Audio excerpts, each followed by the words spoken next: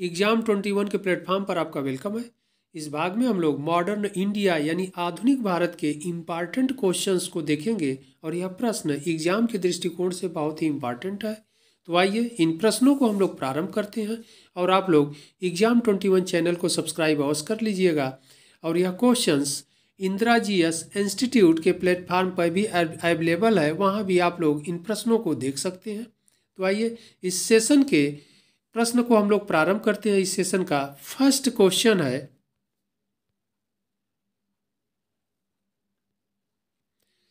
गीता रहस्य नामक पुस्तक किसने लिखा? ऑप्शन ए बाल Gangadhar Tilak, option B Dadabhai Naoroji, option C Raja Ram Mohan Roy and option D Swami Vivekananda. इसका सही आंसर होगा ए बाल गंगाधर तिलक ने गीता रहस्य नामक पुस्तक लिखी। ओके, इंपॉर्टेंट क्वेश्चन है। अगला प्रश्न है, महाराष्ट्र का सुकरात किसे कहा जाता है? Option A Gopal Krishna Gokhale, option B Bal Gangadhar Tilak and option C Swami Dayanand Saraswati and option D V D. Savarkar. इसका सही आंसर होगा ई गोपाल कृष्ण गोखले को महाराष्ट्र का सुकरात कहा जाता है। ओके, यह भी इंपॉर्टेंट क्वेश्चन है, एग्जाम में बार बार पूछे जाते हैं। अगला प्रश्न है, पहले भारतीय कौन थे जिन्होंने 1869 यानी 1869 में भारतीय सिविल सेवा यानी आईसीएस उत्तीर्ण की थी? ओके, प्रश्न को एक बार फिर हम लोग देख लेते हैं। पहले भारतीय कौन थे जिन्होंने 1869 में भारतीय सिविल सेवा परीक्षा उत्तीर्ण की थी? ओके, यानी आईसीएस की परीक्षा उत्तीर्ण की थी। ऑप्शन ए है Surendra Nath Banerjee, option B Dadabhai Naoroji, option C Aurobindo Ghosh and option D Gopal Krishna Gokhale. इसका सही आंसर होगा ए सुरेंद्र नाथ बनर्जी। ओके, अगला प्रश्न है,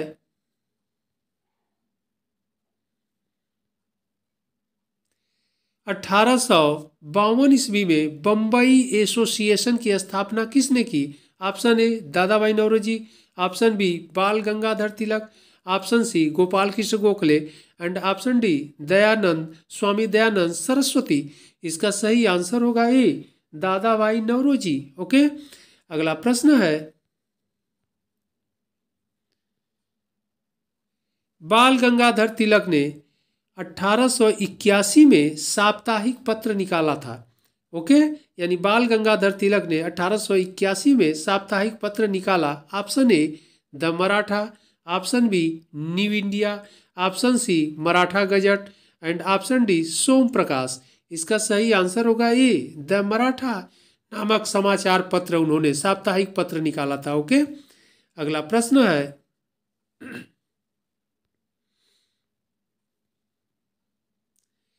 माउंटबेटन योजना को किसने अस्वीकार कर दिया?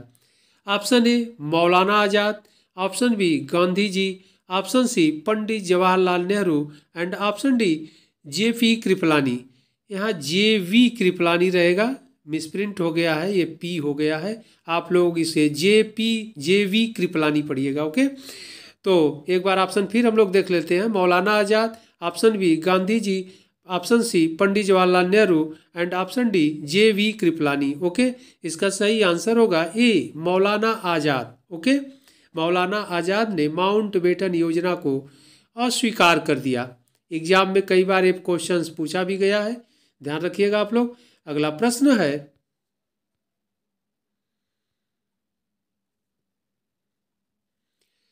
आजाद हिंद फौज की प्रथम डिवीजन का गठन कब हुआ? ऑप्शन ए 1 सितंबर 1942, ऑप्शन बी 1 अक्टूबर 1942, ऑप्शन सी 1 नवंबर 1942 और ऑप्शन डी 1 दिसंबर 1942। इसका सही आंसर होगा ए 1 सितंबर 1942। ओके, अगला प्रश्न है, गांधी जी ने व्यक्तिगत सत्याग्रह कब चलाया? ऑप्शन ए अक्टूबर 1940, ऑप्शन बी अक्टूबर 1941, ऑप्शन सी अक्टूबर 1942, ऑप्शन डी अक्टूबर 1943। इसका सही आंसर होगा ए अक्टूबर 1940। ओके, अगला प्रश्न है, तृतीय गोलमेज सम्मेलन का आयोजन कब हुआ? Option A 1932, option B 1933, option C 1934 and option D 1935। इसका सही आंसर होगा ई 1932 में। ओके, तृतीय गोलमेज सम्मेलन का आयोजन हुआ और तृतीय गोलमेज सम्मेलन का आयोजन भी लंदन में हुआ, यानी इंग्लैंड। लंदन में तीनों गोलमेज सम्मेलन का आयोजन लंदन में ही हुआ था। Okay, first, second and third. Okay, तीनों गोलमेज सम्मेलन का आयोजन लंदन में ही हुआ था। Okay, first 1930, second 1931 and third 1932 में हुआ था। तो यह तृतीय गोलमेज सम्मेलन का आयोजन कब हुआ? 1932 ईस्वी। ओके, अगला प्रश्न है, पूना समझौता कब हुआ? ऑप्शन ए सितंबर 1932, ऑप्शन बी सितंबर 1933, ऑप्शन सी सितंबर 1934 एंड ऑप्शन डी सितंबर 1935। ओके, इसका सही आंसर होगा ए सितंबर 1932 ईस्वी में पूना समझौता हुआ था। ओके, अगला प्रश्न है,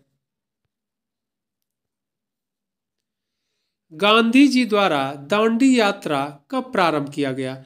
ऑप्शन ए 12 मार्च 1930, ऑप्शन बी 12 अप्रैल 1930, ऑप्शन सी 12 मई 1930 एंड ऑप्शन डी 12 जून 1930। इसका सही आंसर होगा ए 12 मार्च 1930 को गांधी जी ने दांडी यात्रा प्रारंभ किया था और दांडी यात्रा करने का उनका मुख्य उद्देश्य था सविनय अवज्ञा आंदोलन को प्रारंभ करना और जो समुद्र के किनारे जाकर के नमक बनाना। क्यों? क्योंकि ब्रिटिश सरकार द्वारा नमक पर टैक्स यानी कर लगा दिया गया था। ओके, तो सविनय अवज्ञा आंदोलन के प्रारंभ करने के समय गांधी जी ने 12 मार्च 1930 को दांडी यात्रा किया था। ओके, अगला प्रश्न है,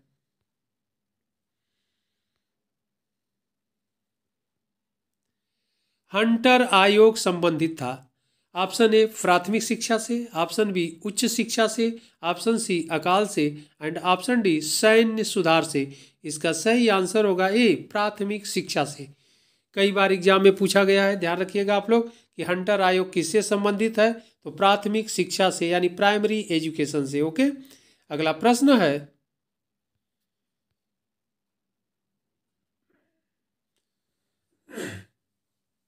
राजा राम मोहन राय की समाधि है? ऑप्शन ए कोलकाता में, ऑप्शन बी पटना में, ऑप्शन सी ब्रिस्टल में एंड ऑप्शन डी बेल्लूर में। इसका सही आंसर होगा सी ब्रिस्टल में, और ब्रिस्टल इंग्लैंड में पड़ता है, यानी राजा राम मोहन राय की जो समाधि है वह इंग्लैंड के ब्रिस्टल शहर में है। ओके, इंग्लैंड के ब्रिस्टल शहर में है और राजा राम मोहन राय की मृत्यु इंग्लैंड में ही 1833 ईस्वी में हो गई और वहीं पर इन्हें दफना दिया गया। इस प्रकार ब्रिस्टल शहर में उनकी समाधि है। बहुत इंपॉर्टेंट क्वेश्चन है, ध्यान रखिएगा आप लोग। अगला प्रश्न है, इनाम आयोग का गठन 1852 में किसने किया? Option A Lord Dalhousie, option B Lord Canning, option C Lord Mayo and option D Lord Lytton. इसका सही आंसर होगा ए लॉर्ड डलहौजी। ओके, अगला प्रश्न है, हमदर्द पत्र के संपादक थे? Option A Mohammad Ali, option B Taraknath, option C Mohammad Iqbal and option D Abul Kalam Azad. इसका सही आंसर होगा ए मोहम्मद अली। ओके, अगला प्रश्न है, प्रथम भारतीय शिक्षा आयोग की नियुक्ति किसने और किस वर्ष की? ऑप्शन ए लॉर्ड रिपन ने वर्ष 1882, ऑप्शन बी लॉर्ड विलियम वैडबर्न ने वर्ष 1885, ऑप्शन सी लॉर्ड कर्जन ने वर्ष 1905, ऑप्शन डी लॉर्ड लिटन ने वर्ष 1880। ओके, तो इसका सही आंसर होगा ए लॉर्ड रिपन ने वर्ष 1882 ईस्वी में भारतीय शिक्षा आयोग की नियुक्ति किया। ओके, अगला प्रश्न है, नेशनल काउंसिल ऑफ एजुकेशन की स्थापना कब हुई? ओके, ऑप्शन ए 15 अगस्त 1903, ऑप्शन बी 15 अगस्त 1904, ऑप्शन सी 15 अगस्त 1905 एंड ऑप्शन डी 15 अगस्त 1906। इसका सही आंसर होगा डी, 15 अगस्त 1906 को नेशनल काउंसिल ऑफ एजुकेशन की स्थापना हुई। ओके, अगला प्रश्न है,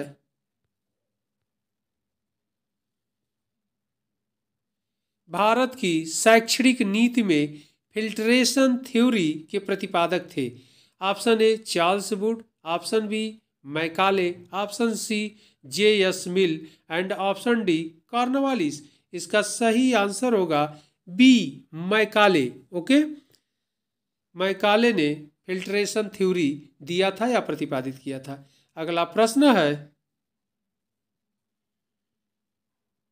भारत में आधुनिक शिक्षा प्रणाली की नींव किससे पड़ी? ऑप्शन ए 1813 का चार्टर अधिनियम, ऑप्शन बी 1835 के मैकाले के स्मरण पत्र, ऑप्शन सी 1882 का हंटर आयोग, ऑप्शन डी 1854 का वुड डिस्पैच। ओके, इसका सही आंसर होगा बी, 1835 के मैकाले के स्मरण पत्र। ओके, अगला प्रश्न है, लॉर्ड मैकाले संबंधित हैं?